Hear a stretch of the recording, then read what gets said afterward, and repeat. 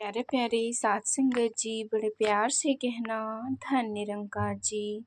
सात संगत जी दासी आप सभी के बीच एक विचार लेकर आई है। सात संगत आशा है प्रवान करेंगे। सात संगत जी प्यार से कहना धन निरंकार जी। सात संगत जी सुमन के पैरों तले से जमीन निकल गई। सात संगत जब उसे पता चला कि उसके पति ने दूसरी शादी कर ली है। सात संगत और उसने जब इस बात का विरोध किया तो उसके पति ने सुमन और अपनी बेटी और बेटे को घर से निकाल दिया। सात संगत सुमन को जब कोई रास्ता दिखाई नहीं दिया तो वो अपने मायके चली गई। सात संगत अरे ऐसे कैसे, उसने घर से निकाल दिया और तुम चली आई। तुम्हें कानून का सहारा लेना चाहिए था भाई। उसने मुझे घर से निकाला है, सारे पैसे लिए, कपड़े तक नहीं उठाने दिए और तुम कानून की बात कर रहे हो। कहाँ से लेकर आती। सात संगत जी मैं कानून मान लिया। सात संगत मान लिया ननद जी, आपको घर से निकाल दिया। सात संगत जी पर यह क्या, आप मुंह उठाकर सीधा यहाँ चली आई। अरे हमारा भी घर परिवार है और क्या आपको नहीं पता, जब आप जैसी लड़कियां घर वापस आती है तो सारे समाज में थू थू होने लगती है। सात संगत जी ये तुम क्या कह रही हो भाभी, मैं अपने घर आई हूँ। इस समय तो आप दोनों को मेरा सहारा बनना चाहिए और आप कैसी बातें कर रही है। गलत भी क्या कहा तुम्हारी भाभी ने तो। सात संगत तुम खुद ही सोचो, माँ बाबा ने जब तुम्हारी शादी की थी तो तुम्हें कितना दहेज दिया था और तुम वो सब कुछ छोड़कर ऐसे ही चली आई हो। तो फिर सात संगत जी तो फिर तू भी बताओ ना भाई, मैं क्या करूं, कहाँ जाऊं। तुम जानते हो ना, अभी देखो स्नेहा भी बड़ी हो रही है। सात संगत जी माना कि अभी सनी छोटा है, माफ करना ननद जी। अगर आपने इतना ही सोचा होता तो अपने पति से कॉम्प्रोमाइज करती सात संगत और वहीं रहती अपने बच्चों के साथ। अपने भैया भाभी की बातें सुनकर सुमन का मन सात संगत छन्नी छन्नी हो गया और उसने अपने भाई से कुछ समय के लिए मोहलत मांगी सात संगत और वहीं रुक गई। माँ जब हम पहले आते थे तो मामा और मामी हमें कितना प्यार करते थे, लेकिन आज पता नहीं वो किस तरह से आपसे बातें कर रहे हैं। किसी ने सच ही कहा है, मुसीबत आने पर सबसे पहले अपने ही लोग दगा देते हैं। सात संगत सुन स्नेहा, अब तुझे सब संभालना होगा। तो भाई को देखना, कल से मैं कहीं नौकरी की तलाश में जाती हूँ। अगले दिन सुबह सुबह सुमन नौकरी की तलाश में निकलती है। सात संगत जी वही स्नेहा अपने छोटे भाई के साथ खेल रही थी कि तभी उसकी मामी आती है। यहाँ बैठकर हंसी सात संगत ठिठोली कर रही है। खड़ी हो जा, यहाँ पर मुफ्त की रोटियां नहीं मिलती। जा, रसोई में बहुत सारे बर्तन पड़े हैं, उन्हें धो दे। अपनी मामी की तेज आवाज सुनकर स्नेहा तुरंत ही रसोई में चली जाती है। सात संगत जी वही सनी डरा सहमा बैठा रहता है। शाम को जब सुमन घर आती है तो सबसे पहले अपने भाभी उससे सवाल करती है, मिल गई नौकरी या भाई के पैसे ऐसे ही बर्बाद करके आ गई हो। कई जगह गई थी भाभी, लेकिन कहीं कोई बात नहीं बनी। देखो भाई, मैं तो सीधी सादी बात जानती हूँ, तुम्हें नौकरी ढूंढनी है ढूंढो, लेकिन सात संगत जी इन दोनों को भी अपने साथ ले जाया करो। मैं कोई चौकीदार नहीं हूँ और अब देखो तुम्हारे भाई का समय हो गया है सात संगत जी आने का। अब क्या तुम्हें बोलना पड़ेगा कि जाकर खाना बना लो। मैं तो थक गई हूँ सुबह से तुम्हारे बच्चों की चौकीदारी करते हुए। सुमन कुछ नहीं कहती और तुरंत ही रसोई में जाकर खाना बनाने लगती है। सात संगत जी जहाँ आज तक सुमन ने अपने बचपन से लेकर अपनी जवानी के दिन बिताए थे। उसी घर में उसे बड़ा ही अजनबीपन लग रहा था सासंगत। अगले दिन सुबह जब काम ढूंढने के बाद घर आती है तो सुमन पंखा तेज करके बैठ जाती है। तभी उसकी भाभी स्विच बंद करते हुए कहती है, तुम्हारा भाई कोई करोड़पति नहीं है जो इतना सारा बिजली का बिल भर सके। लेकिन सासंगत मामी आप देखो तो मम्मी को कितना पसीना आ रहा है। तुम्हें बड़ी फिक्र हो रही है अपनी माँ की, तो नौकरी क्यों नहीं कर लेती हो? सासंगत जी भाभी, ये बच्चों से तुम कैसी बातें कर रही हो? मुझे आज नौकरी मिल गई है, 2-4 दिन का समय दो, मैं यहाँ से चली जाऊंगी। भगवान का शुक्र है कि तुम्हें नौकरी मिल गई, वरना मैं तो सोच ही रही थी कि जिंदगी भर हमारी ही छाती पर सासंगत जी मूंग दलोगी। और सासंगत कुछ दिन बाद सुमन अपने दोनों बच्चों को लेकर वहां से एक किराए के मकान पर चली जाती है। थोड़े पैसे वो अपने भाई से उधार लेती है और उससे वादा करती है कि जल्दी उसे चुका देगी। तुम दोनों की पढ़ाई का बहुत ही खर्च हो रहा है सासंगत। कल से तुम स्कूल जाना। माँ, स्कूल कैसे जाएंगे? हमारी ड्रेस और हमारा बैग तो वहीं रह गया। अरे हाँ, बैग और ड्रेस तो तुम्हारे वहीं रह गए। अब कोई बात नहीं बेटा, मैं आज किसी से कहकर मंगवा लेती हूँ। और फिर सुमन अपने पड़ोस में रहने वाली एक औरत के पास फोन करती है और उससे सासंगत जी रिक्वेस्ट करती है कि वो स्नेहा के पिताजी के यहाँ से बच्चों का बैग और ड्रेस ले आए। फिर कुछ दिन बाद सुमन नौकरी पर जाने लगती है और सासंगत जी दोनों बच्चे स्कूल जाने लगते हैं। माँ, तू बहुत थक जाती है ना? क्या करूँ बेटा, ये सब तो करना ही पड़ेगा। स्नेहा देखो, तुम बड़ी समझदार हो, अब तुम्हें ही घर को संभालना है। और सासंगत जी भाई को भी, माँ तुम चिंता मत करो, मैं सब कुछ संभाल लूंगी और कुछ दिन ही तो बात है, फिर देख लेना तुम्हारी बेटी तुम्हारा सर गर्व से ऊंचा कर देगी। सासंगत ये सब जो लोग हैं ना सासंगत, आज हम लोगों को बुरे वक्त में इस तरह से कह रहे हैं, सबके मुंह बंद हो जाएंगे। बेटा, लोगों का काम तो कहना ही है, लेकिन तुम समझदार हो, मैं जानती हूँ। इन सब बातों पर इतना ध्यान मत दो और अपनी पढ़ाई पर ध्यान दो। सासंगत कामयाब बनो और सबकी बोलती बंद कर दो। ठीक है माँ, हम बहुत मेहनत करेंगे और कामयाब होंगे। और उसके बाद उनकी जिंदगी का सिर्फ एक ही मकसद रह गया था कि सासंगत कुछ भी हो जाए, मेहनत करके उन्हें अपने आप को कामयाब बनाना है।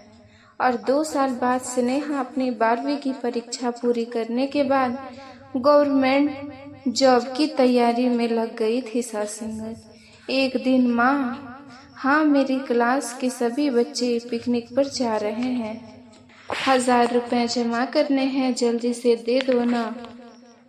बेटा, इतने सारे पैसे, वो भी पिकनिक के लिए?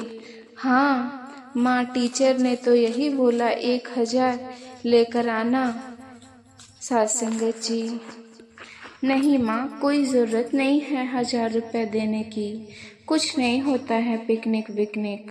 सुनो सनी, मैं खुद तुम्हें घुमाने के लिए लेकर जाऊंगी। आप झूठ बोल रही हो दीदी, आपने पिछले साल भी यही कहा था और कहीं लेकर नहीं गई। उस समय सासंगत जी मेरे पेपर चल रहे थे, लेकिन इस बार मैं तुम्हें पक्का लेकर जाऊंगी। देखो सनी, हमारे पास इतने पैसे नहीं हैं। ये बात सुनकर सनी गुस्सा हो जाता है। तब स्नेहा उसे समझाती है कि जब उसकी जॉब लग जाएगी तो वो उसे हमेशा पिकनिक पर भेजा करेगी। और उधर जब भी कोई त्योहार आता तो सुमन को अपने भाई की बहुत याद आती, लेकिन भाई ने तो उससे बिल्कुल किनारा कर लिया था। सासंगत ऐसे ही एक रक्षाबंधन पर सुमन बड़ी उदास थी। माँ, मैं जानती हूँ तुम्हें मामा की बहुत याद आ रही है, लेकिन तुम क्यों दुखी हो रही हो? उनकी बहन थी तुम, और उन्होंने तुम्हारे साथ क्या नहीं किया। इतने मुश्किल वक्त में भी तुम्हें अकेला छोड़ दिया। हाँ बेटा, सब जानती हूँ, लेकिन त्योहार आने पर मन भारी हो जाता है। क्या करूँ? वो न सही, लेकिन मैं तो उसे हमेशा अपना भाई मानती हूँ सास संगत, और उससे प्यार भी करती हूँ। तो चिंता मत करो, जल्दी ही वो दिन आएगा जब मामा और मामी खुद हमसे मिलने आएंगे सास संगत। और कुछ दिनों की ही बाद ही स्नेहा की जॉब डाक में लग जाती है सास संगत, और वो सास संगत जी पोस्टल असिस्टेंट बन जाती है। माँ, मैंने कहा था ना कि हम हिम्मत और मेहनत से काम करेंगे तो सफल हो जाएंगे। यह देखो, आज तुम्हारी बेटी की गवर्नमेंट जॉब लग गई है। क्या तू सच कह रही है? हाँ माँ, हाँ। देखो, ये देखो। स्नेहा अपने हाथ में पकड़ा हुआ पेपर अपनी माँ को थमा देती और सुमन उसे गले से लगा लेती। माँ, ये लो फोन, और अपने भाई को फोन करके बताओ कि आज तुम्हारी बेटी की गवर्नमेंट जॉब लग गई है। उन्हें एहसास दिलाओ कि अगर उन्होंने हमारी मदद नहीं की तो इसका मतलब ये नहीं कि हम कामयाब नहीं हो सकते थे। और फिर सुमन कांपते हाथों से फोन लगाती है। वहाँ से उसकी भाभी फोन उठाती है। हेलो, कौन बोल रहा है? भाभी, मैं सुमन बात कर रही हूँ, आपसे एक बात कहनी थी। सुमन, बोलो, किस लिए फोन किया है? देखो भाई, कुछ मांगने के लिए फोन नहीं किया है, तो मैं कह देती हूँ। सास संगत जी, हमारे पास कुछ नहीं है देने को। नहीं नहीं भाभी, मैंने आपको फोन कुछ मांगने के लिए नहीं किया, अब आप ही हमारे रिश्तेदार हैं। सास संगत जी, ले देकर मैंने सोचा क्यों ना आपको ही ये खबर दूं। तो मैं आपको बता रही थी कि स्नेहा की सरकारी नौकरी लग गई है। और ये सुनते ही उसकी भाभी खामोश हो जाती है सास संगत। फिर अपने सुर बदल कर कहती है, क्या कह रही हो? सचमुच में स्नेहा की सरकारी नौकरी लग गई है? अरे वाह भाई वाह, ये तो बहुत अच्छी बात है। हम तो पहले से ही जानते थे कि एक एक दिन ये लड़की कामयाब होगी। अरे तुम इतना सोच क्यों रही हो? शाम को आओ बच्चों को लेकर घर। अरे भाभी, शाम को तो आना नहीं हो पाएगा, अभी बहुत सारे काम हैं। हाँ भाई, हाँ, अब तो तुम बड़ी हो गई हो, बेटी की सरकारी नौकरी जो लग गई है, अब तुम क्यों पूछेगी हमें? ऐसा कुछ नहीं है भाभी। एक काम करो ना, आप और भैया आ जाओ, मैं आपको एड्रेस बता देती हूँ सास संगत। और शाम को ही सुमन के भैया भाभी उनके घर पहुँच जाते हैं। साथ में उनकी 2 साल की बेटी भी थी। वाह भाई वाह, ये तो बहुत ही खुशी की बात है। हमारे खानदान की पहली लड़की है जो गवर्नमेंट जॉब में गई है सास संगत। और नहीं तो क्या, अपनी स्नेहा तो सच में बड़ी ही समझदार निकली। और सुमन, तुमने भी कम मेहनत नहीं की।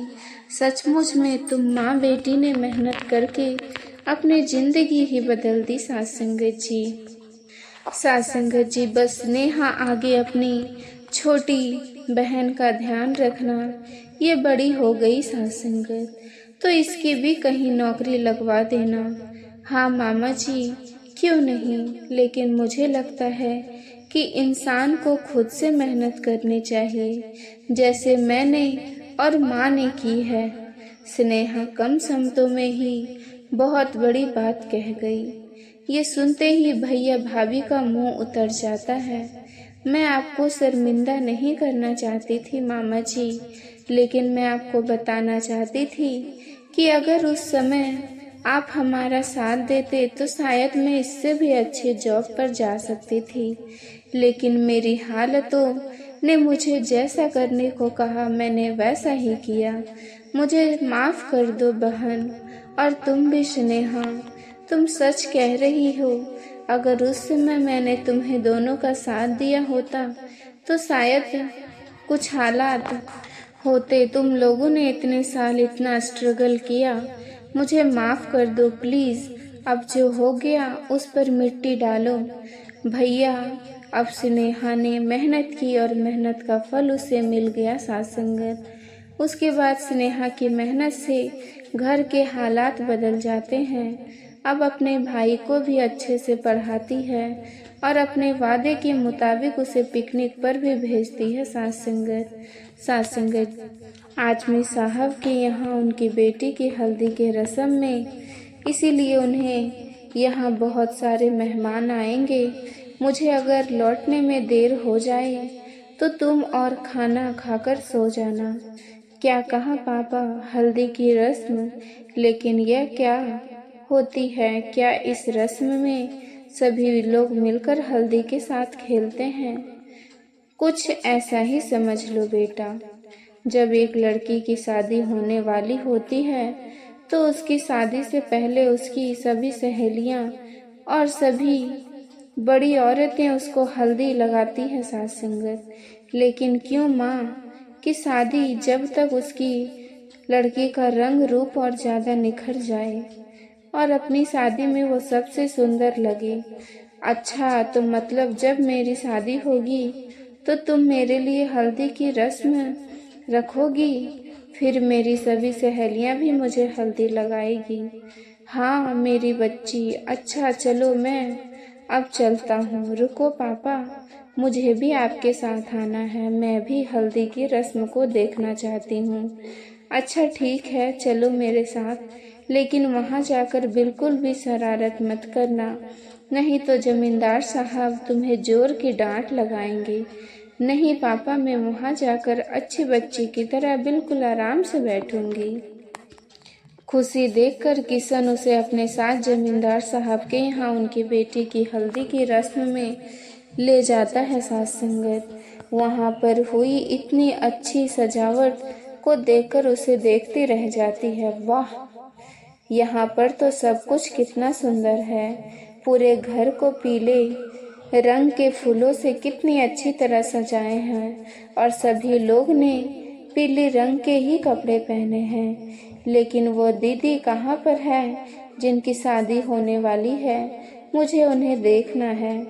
इधर उधर अपनी नजरें घुमाकर जमींदार साहब की बेटी पल्लवी को ढूंढ रही थी कि तभी पल्लवी की सहेलियां उसे लेकर बाहर आती है। पल्लवी की हल्दी की रस्म के लिए एक बहुत सुंदर झूला सजाया गया था जिस पर बहुत सारे पीले रंग के फूल लगे थे। सासंगत जी जब ने इतने सुंदर झूले पर पल्लवी को बैठते हुए देखा तो वो भागकर उसके पास चली गई। दीदी दीदी, क्या मैं भी इस झूला पर बैठ सकती हूँ? सासंगत जी आवाज सुनते ही किशन का ध्यान उसकी ओर गया। जब उसने पल्लवी के झूले के पास खड़े देखा तो वो भागकर उसके पास गया। बेटा, मैंने तुझे कहा था ना कि कोई भी शरारत मत करना, माफ करना। पल्लवी दीदी, अरे कोई बात नहीं किशन भैया, छोटे बच्चे तो ऐसे ही होते हैं। वो जब भी कुछ देखते हैं तो उत्सुक हो जाते हैं। साथ संगत, आ जाओ, तुम आकर मेरे पास बैठ जाओ। अब जब तक मेरी हल्दी की रस्म खत्म नहीं हो जाती तब तक तुम मेरे पास ही बैठी रहना। हम पल्लवी की हल्दी की रस्म में पूरे वक्त उसके साथ ही बैठी रही। पूरे समय उसके मन में बस यही ख्याल था कि सासंगत जब वो बड़ी होगी तो उसकी हल्दी की रस्म भी बिल्कुल ऐसी होगी। शाम को हल्दी की रस्म पूरी होने के बाद किशन को लेकर घर आया तो अपनी माँ से कहने लगी, माँ, तुम्हें पता है पल्लवी दीदी की हल्दी की रस्म के लिए बहुत बड़ा झूला लगा था। इतने बड़े बड़े पीले रंग के फूल लगाए थे। इस झूले में जब मैं बड़ी हो जाऊंगी तो तुम भी मेरी हल्दी के रस्म में बिल्कुल पल्लवी दीदी जैसा मनाना। हम ठीक हैं मेरी गुड़िया, लेकिन तू पहले बड़ी तो हो जा। सुबह उठकर स्कूल जाना है ना, जा जाकर सो जा, नहीं तो फिर सुबह आंखें नहीं खुलेगी। धीरे धीरे समय बीता और सासंगत जी और चिंकू ने स्कूल के बाद अपना कॉलेज भी पास कर लिया। लक्ष्मी, मैं क्या कहता हूँ, अब तो हमारी ने कॉलेज भी पास कर लिया है। मैं सोच रहा हूँ कि कोई अच्छा सा रिश्ता ढूंढकर शादी करवा दूँ। आपने तो मेरे मुंह की बात छीन ली। आप अपने दोस्तों से बात कीजिए, उनकी नज़र में कोई ना कोई अच्छा रिश्ता जरूर होगा। लक्ष्मी के कहने पर किशन अपने गांव के कुछ दोस्तों से अपनी बेटी के रिश्ते के लिए बात करता है। सासंगत, हमारी नज़र में रिश्ते तो बहुत सारे हैं, लेकिन सभी के सभी अमीर घराने से हैं। नहीं नहीं भैया, किसी अमीर घर में अपनी बेटी की शादी करने की मेरी हैसियत नहीं है। हमारे जैसे ही कोई लोग अपनी नज़र में हो तो बताना। अरे हाँ, अपने घनश्याम है सासंगत जी, उसके साले को अपने बेटी की शादी करनी है। मैं घनश्याम से तेरी बेटी के बारे में बात करता हूँ। अगर उस लड़की का रिश्ता कहीं और पक्का नहीं हुआ होगा तो तू उनसे रिश्ते की बात कर लेना। किशन का दोस्त घनश्याम से उनकी साली के लड़के जितेंद्र के लिए रिश्ते की बात करता है। अगले हफ्ते ही जितेंद्र के घर वाले को देखने के लिए उसके घर आ जाते हैं सासंगत जी। सासंगत जी, बेटी तो आपकी सचमुच बहुत ही सुंदर है। जैसा सुना था बिल्कुल वैसे ही है। बेटा, तुम्हें घर का काम तो आता है ना, और खाना बना लेती हो ना। आप उस सबकी बिल्कुल भी चिंता मत कीजिए। बहन जी, मेरे को घर का सारा काम बहुत ही अच्छे से आता है, और खाना तो ये इतना स्वादिष्ट बनाती है कि जो भी एक बार इसके हाथ का खाना खा ले वो अपनी उंगलियां चाटता रह जाता है। सासंगत, लड़के वाले का हाथ का बनाया हुआ नाश्ता खाते हैं तो उन्हें वो बहुत ही पसंद आता है। जितेंद्र के घर वाले एक लड़की में जो भी गुण चाहते थे वो सभी गुण थे, इसीलिए वो ज़्यादा ना सोचते हुए अपने बेटे जितेंद्र का रिश्ता पक्का कर देते हैं। सासंगत जी और सासंगत जी, अब जब हम दोनों की तरफ से रिश्ता पक्का हो ही गया है तो हम पंडित जी से शादी का मुहूर्त निकलवा कर आपको बता देंगे, और हमारे होने वाली बहू की हल्दी की रस्म के लिए जल्दी ही शगुन ही सासंगत जी भिजवा देंगे। ऐसे ही दिन बीतते हैं और की हल्दी की सासंगत जी उसके ससुराल वाले उसके लिए शगुन की हल्दी भेज देते हैं। बेटा, तेरे लिए तेरे ससुराल से ये शगुन की हल्दी आई है। कल तेरी हल्दी की रस्म में पता नहीं चलता तू कब इतनी बड़ी हो गई। कल तक जो मेरी गोद में खेलती थी, कल उसे मैं अपने हाथों से शादी की हल्दी लगाऊंगी। सच कहा माँ, वक्त का पता ही नहीं चलता कि कब बीत जाता है। ये देखो, मैं पल्लवी दीदी की हल्दी की तस्वीर देख रही थी। इन तस्वीरों को देखकर ऐसा लग रहा था कि मानो ये जैसे कल की बात हो। जब मैं उसकी हल्दी के रस्म में गई थी तो बस यही सोच रही थी कि जब मैं बड़ी हो जाऊंगी तो मेरी हल्दी की रस्म भी बिल्कुल पल्लवी दीदी जैसी ही होगी। मैं भी वैसे ही सुंदर से पीले रंग के ड्रेस पहनूंगी और मेरे लिए भी पीले रंग के फूलों के बहुत ही सुंदर झूला सजा होगा। सासंगत जी, उदास मत हो मेरी बच्ची, हम भी तेरी हल्दी की रस्म अच्छे से करेंगे।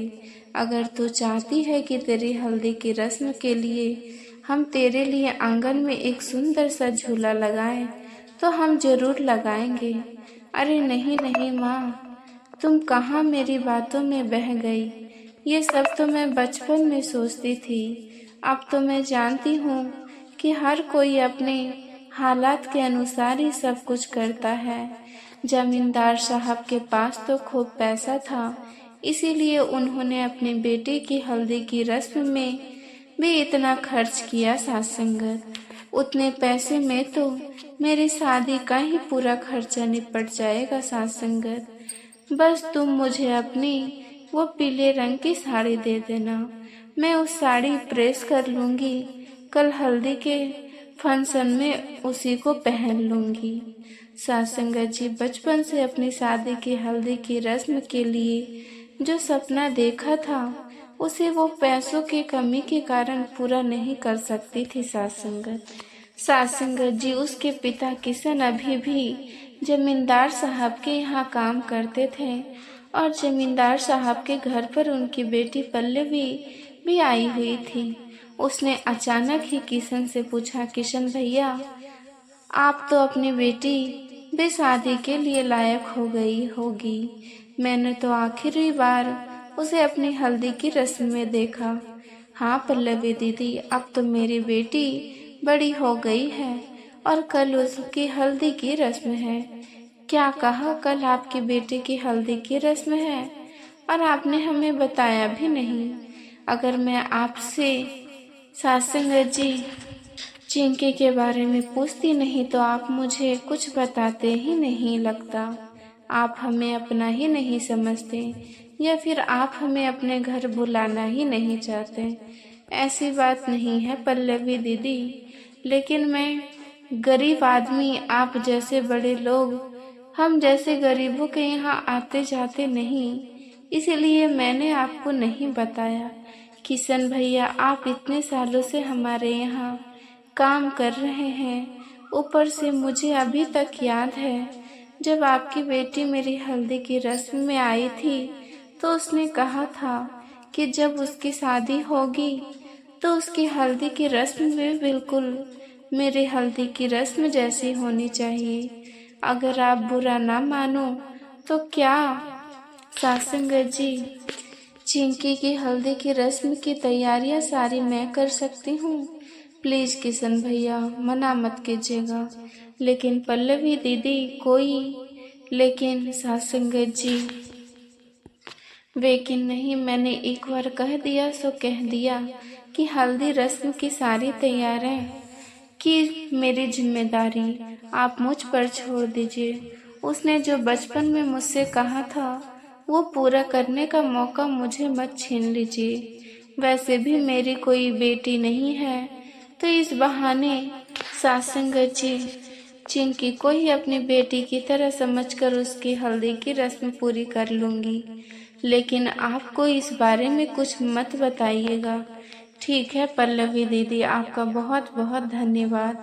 अगले दिन अपनी हल्दी के रस्म के लिए अपनी माँ की पीली साड़ी पहनकर तैयार हो रही थी।